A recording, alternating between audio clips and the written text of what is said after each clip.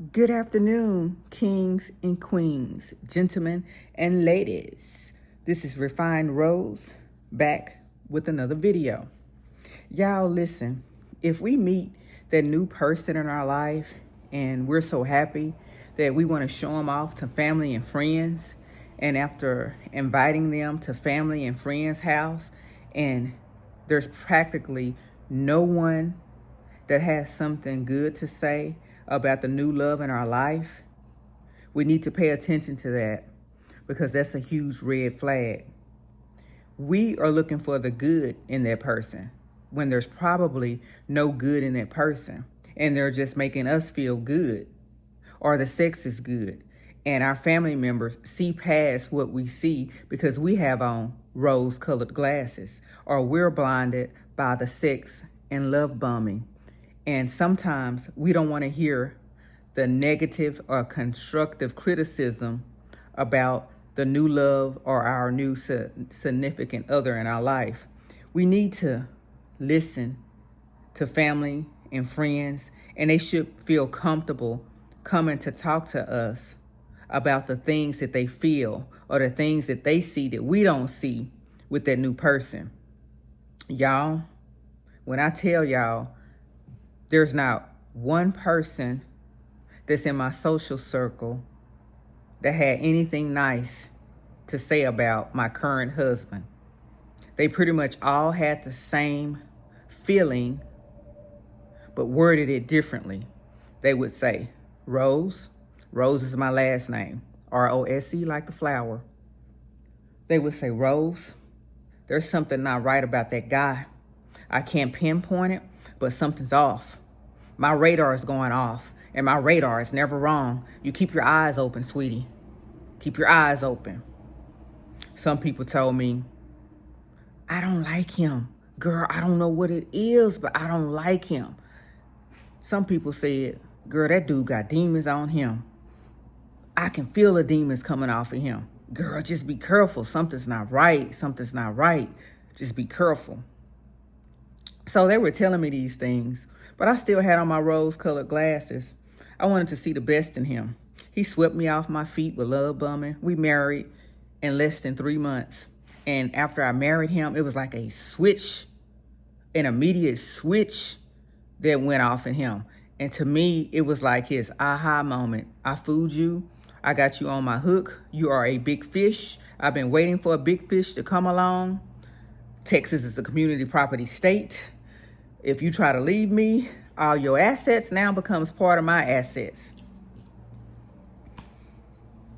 And I saw some red flags in the beginning. I'm not going to even lie.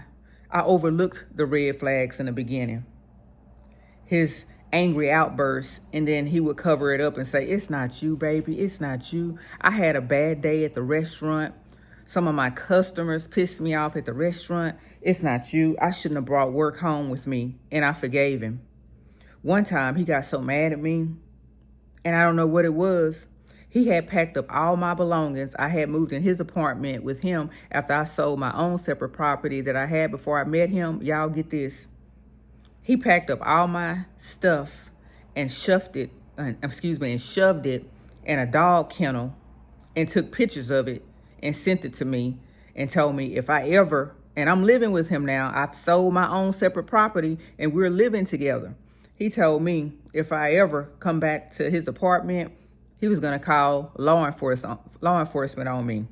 So I didn't respond back to the text message.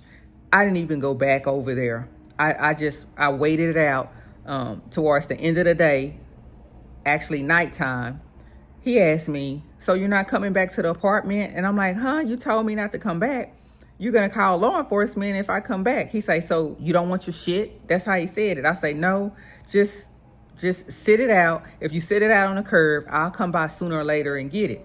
And then he begged and pleaded for me to come back. And then when I got there, all my stuff was taken out of the dog kennel because I had a dog at the time. His name was Aspen. That's another long story. I told that story in my other video. He ended up getting killed because my husband wouldn't let me stay there and to get him inside his kennel safely. My husband is abusive. So if I didn't go with him, I was afraid of the abuse that I would suffer. And I just assumed my dog Aspen to be home in the country when I came back, but he got killed, hit on a country road, and lay dead in a ditch dying. So when he allowed me to come back to the apartment unit with him, all my clothes was hung up, and he acted like he just didn't go off on me that day and just didn't put all my clothes in a dog kennel and took a picture of it and sent it to me. That was a huge red flag. I just should have waited until he went to work at his restaurant, took his red tamale van and drove it off and went to that restaurant because I knew he was going to be gone a number of hours. And I talked to my friend Star about it, and she was like, girl, if you're going to leave, this is the time to leave. Something is wrong with this dude. That's not normal behavior to get mad at somebody and pack their clothes up and put it in a dog kennel and send them a picture of it.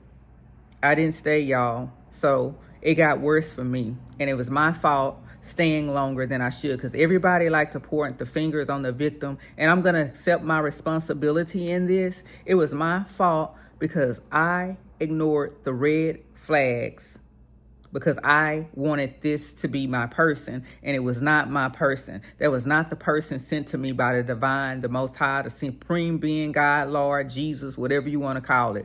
That was not my person. And I thought if I just stay a little while longer, he'll recognize my worth in a relationship with him. But what I wasn't doing, I wasn't recognizing my worth and realizing that he wasn't worthy of my unconditional love. And he turned into the ultimate abuser. And like I said, I've been in a relationship before and been abused, but he is the worst of them all. I can't get away. I'm having a hard time getting away, and I'm in hiding now. And he's doing everything possible to draw out this divorce and to make it lengthy and costly to me. It's so bad, his lawyer could not take his aggressiveness, and his lawyer filed a motion to withdraw as counsel and won that case in court. My husband wanted him to work for free. He's very delusional.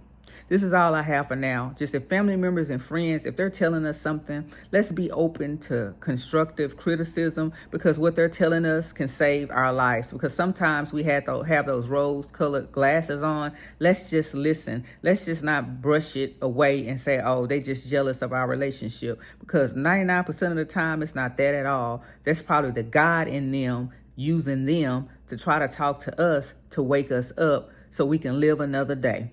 That's all I have for now. Refined Rose out. Bye for now.